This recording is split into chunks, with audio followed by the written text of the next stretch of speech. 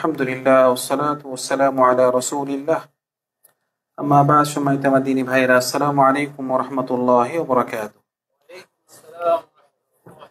আজকে আমাদের আল আকিদাতুল ওয়াসিতিয়ার ৮০ নম্বর পর্ব নিয়ে আমরা আলোচনা করব। আজকে আমাদের এই বইয়ের শেষ পর্ব। আমরা গত সপ্তাহে আসলে শেষ করে ফেলেছি। আজকে শুধুমাত্র আমাদের এই কিতাবটি থেকে আমরা কি শিখতে পেরেছি, এই ৭৯ পর্ব পর্যন্ত আমরা কি শিখেছি, এই নিয়ে সংক্ষেপে কিছু আপনাদেরকে বুঝিয়ে দিব। প্রথমেই যেমন ধরেন, এই কিতাবের নামটি কি? এই কিতাবের নাম হলো আল আকিদাতুল ওয়াসিতিয়া। আল আকিদাতুল ওয়াসিতিয়া কিতাবটি লিখেছে কে? এই কিতাব লিখেছেন উনি শেখুল ইসলাম আহমদ ইবন তাইমিয়া। ওনার নাম আহমদ ইবনে তাইমিয়া। উনি বিখ্যাত শেখুল ইসলাম, এভাবে উনি বিখ্যাত।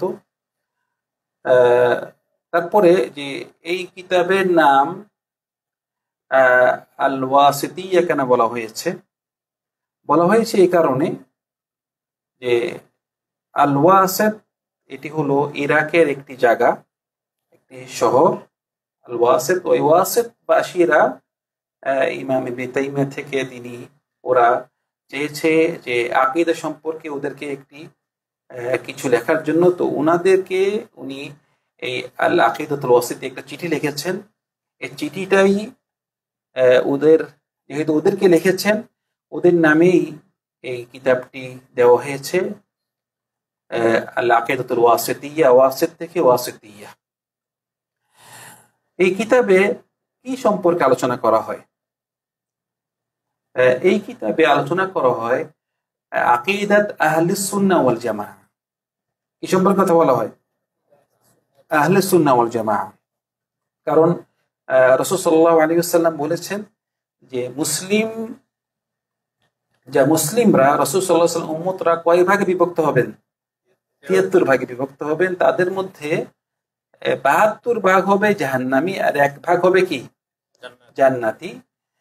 তারা হলো আহলুস সুন্নাহ ওয়াল জামাআহ। তারা হল ফিরকা, তাদের কি বলে? আল ফিরকাতুন নাজিয়া, যে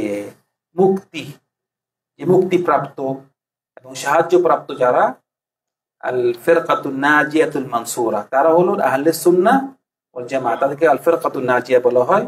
তো এই আহলুস সুন্নাহ ওয়াল জামাআহর আকীদা সম্পর্কে এই কিতাবে লেখা হয়েছে। বিশেষ করে যে আল্লাহ সুবহানাহু ওয়া তাআলা যে সমস্ত সিফাত আছে, আল্লাহ সুবহানাহু ওয়া তাআলা যে সমস্ত গুণ আছে, ওই গুণ সম্পর্কে আহলে সুন্নাহ ওয়াল জামাআহ কি আকীদা রাখে তা সম্পর্কে এই বইয়ে কি লেখা হয়েছে। এই যে বলা হয়েছে যে ৭৩ ভাগে ভাগ হবে, ৭২ ভাগ জাহান্নামী, এর অর্থ নয় যে ৭২ ভাগই ওরা চিরস্থায়ী জাহান্নামে থাকে, তা নয়।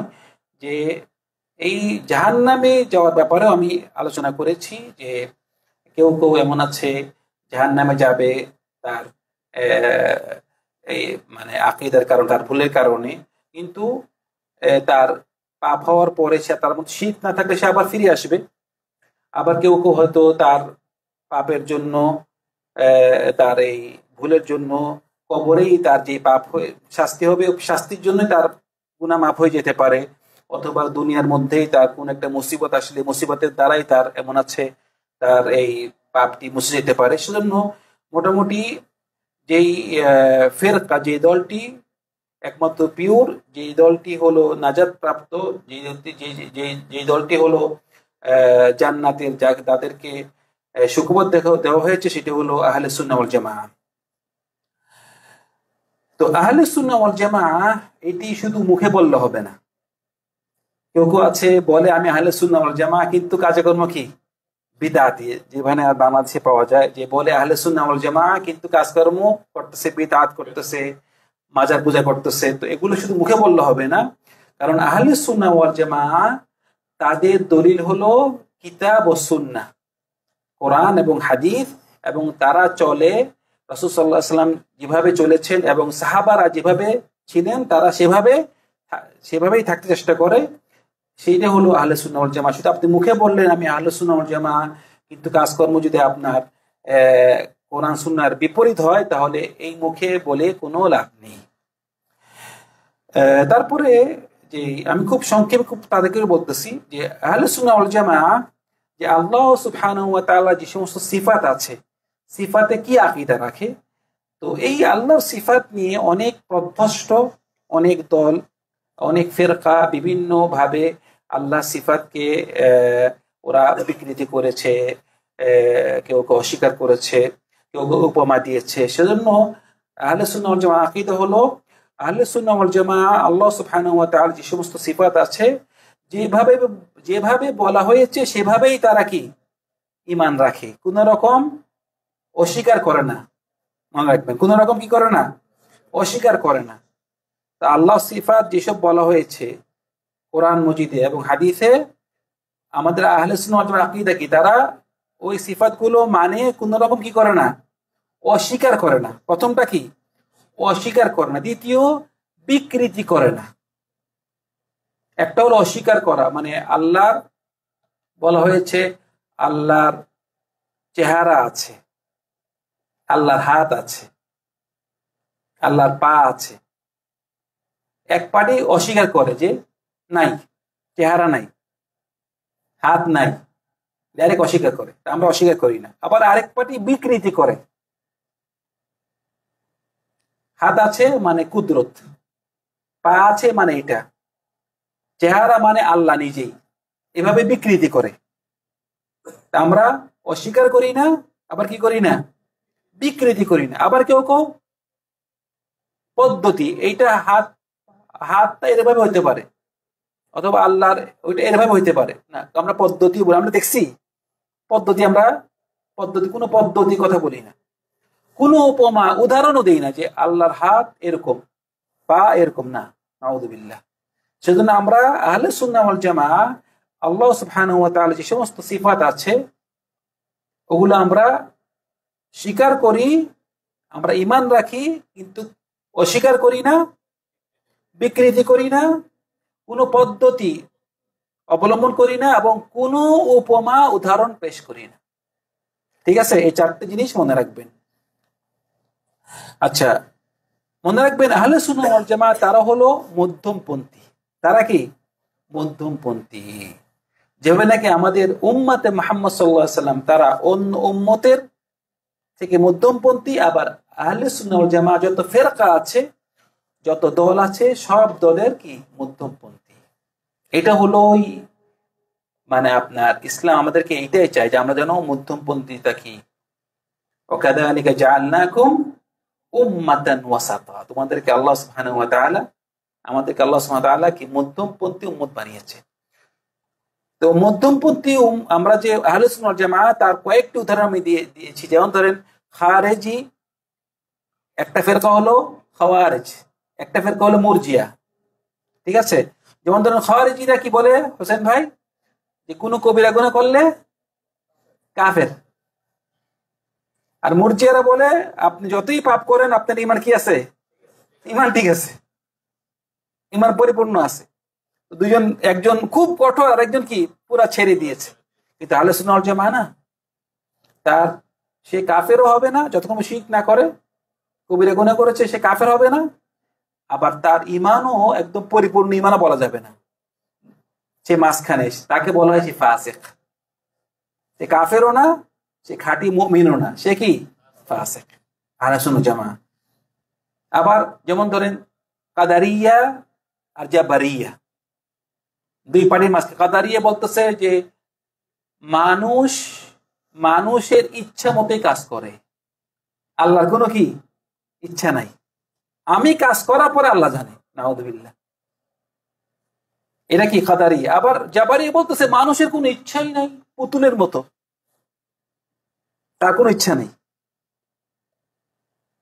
কিন্তু এই দুই পার্টির মাঝখানে আহলে সুন্নাহ ওয়াল জামাত তারা বলতেছে যে না, মানুষের ইচ্ছাও আছে, কিন্তু মানুষের ইচ্ছা আল্লাহর ইচ্ছার ভিতরে। আমি এগুলো নিয়ে আমি বিস্তারিত আলোচনা করেছি, বাস আপনি সংক্ষেপে বলে যাচ্ছি আর কি। তারপরে এই কিতাবে আরো বলা হয়েছে আরকানুল ঈমান সম্পর্কে। আরকানুল ঈমান যে আমানতু বিল্লাহি ওয়া মালাইকাতিহি ওয়া কুতুবিহি ওয়া রুসুলিহি ওয়াল ইয়াউমিল আখিরি ওয়াল কদারি খাইরি ওয়া শাররিহি, এই সম্পর্কে আমাদের মানে আরকানুল ঈমান সম্পর্কে আমরা বিস্তারিত আলোচনা করেছি। এবং আহলে সুন্নাহ ওয়াল জামাআর আরেকটি আকীদা যে ঈমানটি বাড়ে এবং কমে। ঈমান কি বাড়ে এবং কমে। বাড়ে কিভাবে?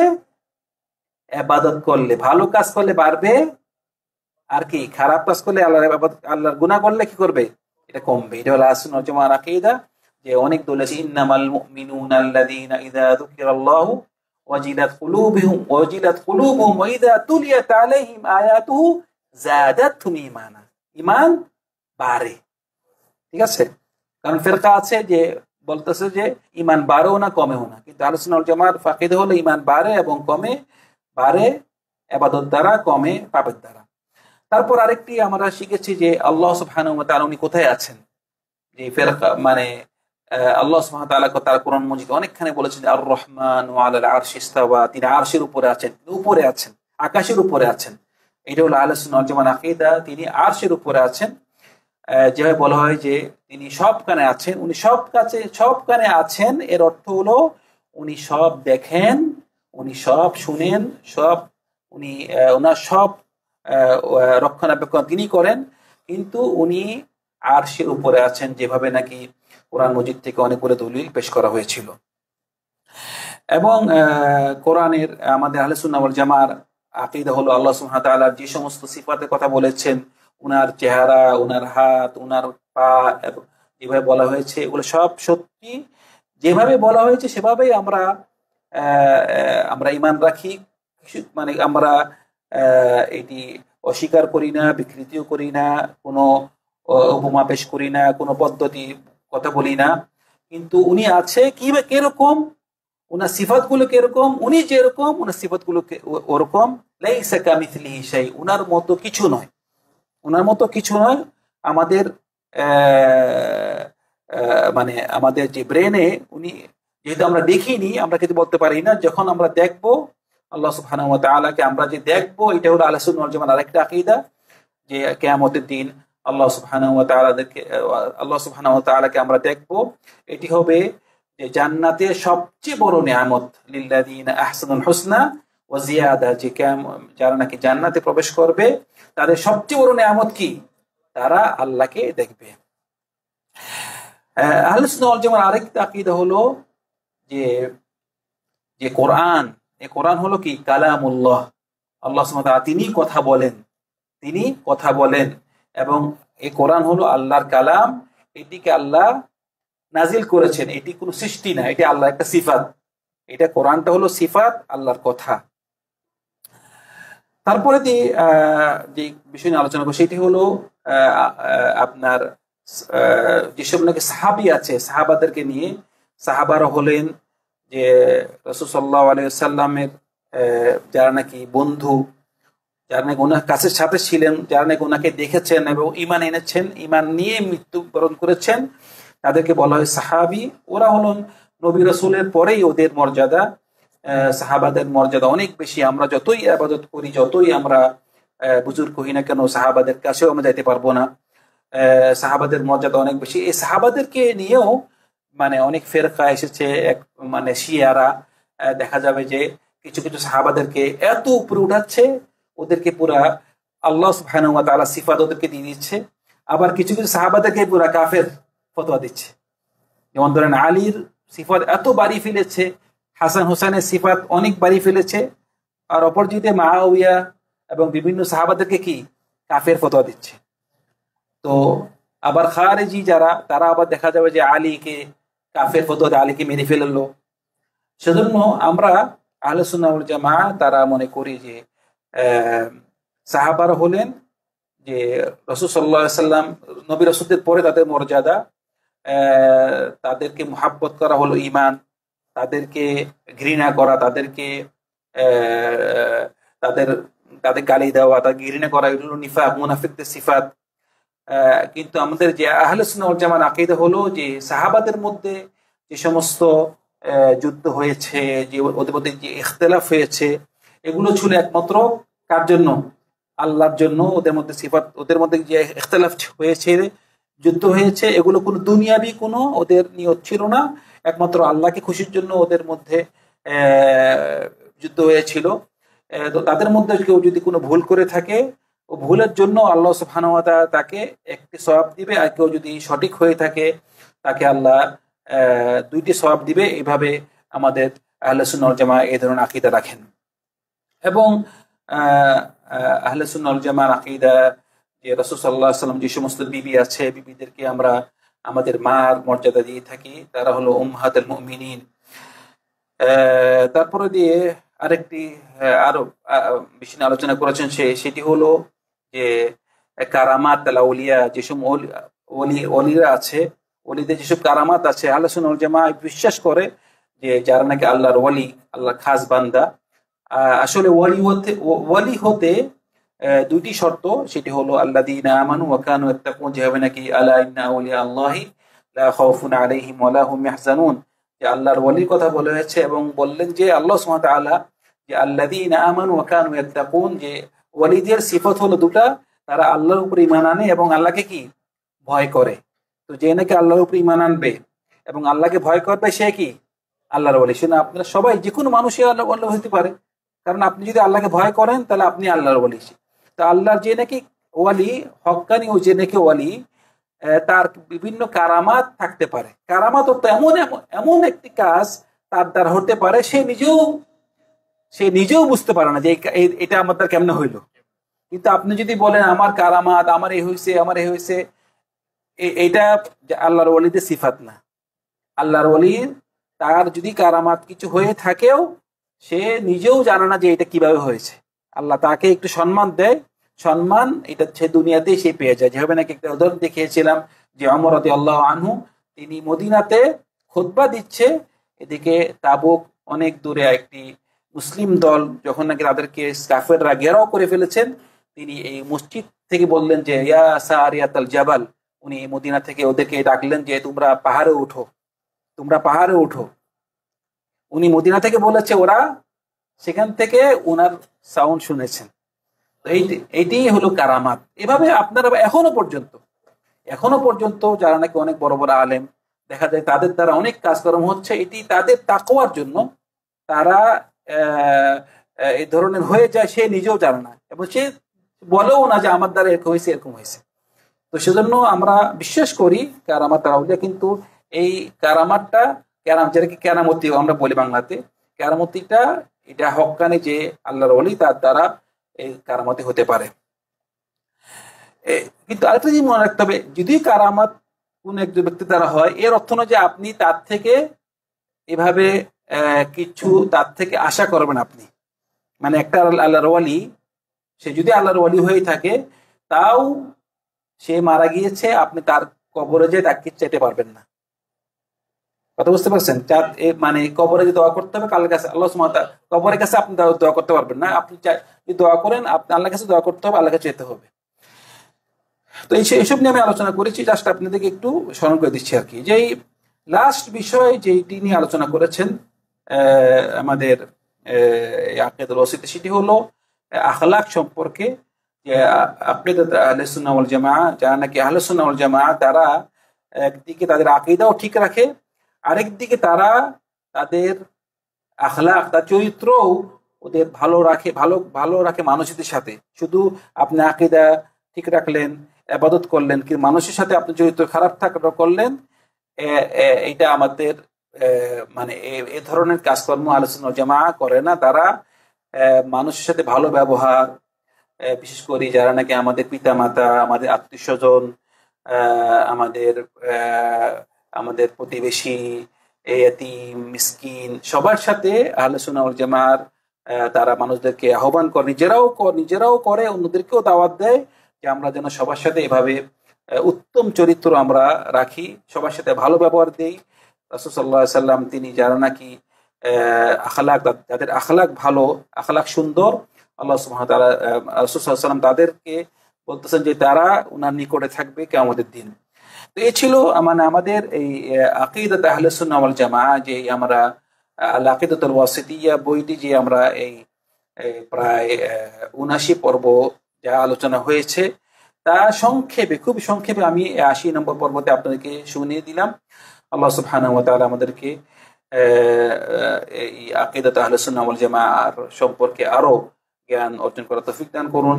আল্লাহ সুবহানাহু ওয়া তাআলা এই বইটি যে লিখেছেন ইমাম ইবনে তাইমিয়া রাহিমাহুল্লাহ, উনাকে জান্নাতুল ফিরদাউস দান করুন। সাল্লাল্লাহু আলা সাইয়্যিদিনা মুহাম্মদ ওয়া আলা আলিহি ওয়া সাহবিহি আজমাইন। আসসালামু আলাইকুম ওয়া রাহমাতুল্লাহি ওয়া বারাকাতুহু।